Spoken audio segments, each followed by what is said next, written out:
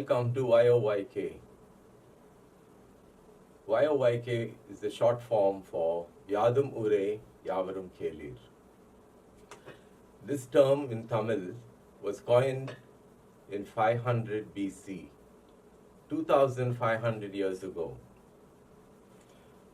It's interesting to know that around that time, around the world, there was enlightenment happening. If you see in Greece, you had Socrates and Plato. In Israel, you had Isaiah. In China, you had Confucius. In India, you had Gautama Buddha around 500 and Mahavir. So there has been this great outpouring of enlightenment in the globally. And in Tamil Nadu, in Sivaganga district, we had Kanniyan Poonkondanar, who lived there, and he wrote two epic books, and one of them is called Purananuru, in which this term opens with Yadhum, Oore, Yavarum, Kelir, which means every city is our own and all are kin.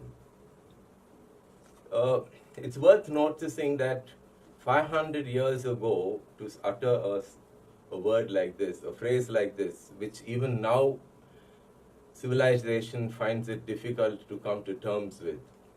You can accept a person as your own and connect only if you have concern for the other. You consider them your own equal.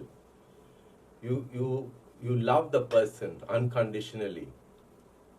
500 years later, another great person who walked this earth, Yeshua or Christ as he's normally referred, expounds it in a deeper way, saying that you should love your neighbor as yourself.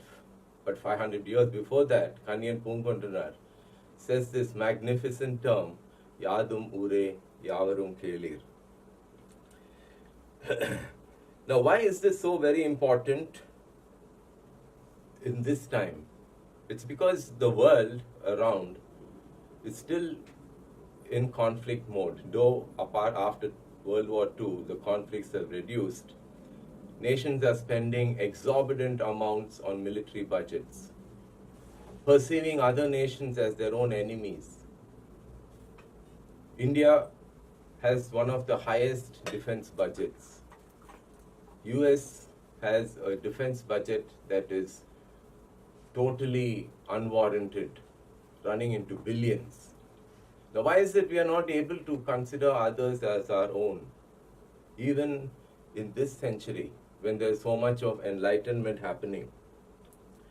At the point, India spent about 60,000 crores, to be corrected, on a consignment of jet fighters to protect our land. So, the point is, when we have enemies, when we consider people as enemies, we are always in a constant preparation of war. And this is orchestrated by people who have vested interest in armaments and so many other things. It's a complex issue. But at the end of it, humanity has to come out of this whole situation of considering nations as their enemies. So, what we are trying to do now through this television series, which we are calling it as YOYK, we want eminent persons to come and share their deep thoughts about this, about accepting your neighbors, your neighboring states, your home neighbors next to you as your own. That every city is our own. Everyone is our kin. Now, if you see the significance of this, it gets amplified with the coming elections. Because one of the main election planks is that this nation needs to be protected from enemies. Now, who is the enemy?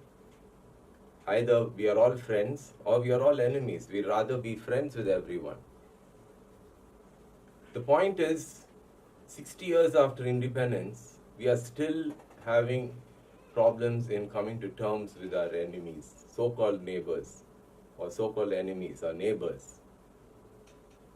And there is no move to put this to rest. There is no pragmatic efforts taken. So in this regard, we are also coming up with astute statesmen and leadership institute for common good, so that leaders could be equipped in how they could come together across the round tables and work for the common good between nations. So this is something which India needs, because we have nations like China and Pakistan with which we have had wars in the past, and we don't want this to be repeated in the future.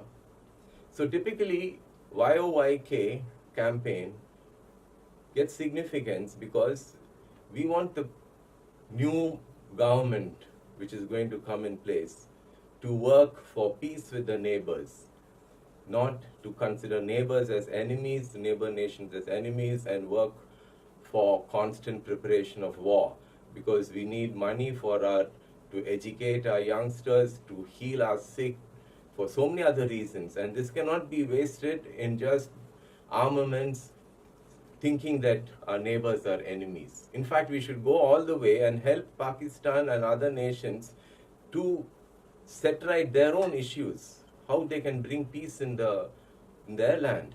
This would have been the intention of Kanyan Pungondanar by stating 2,500 years ago that all cities are our own and everyone is kin.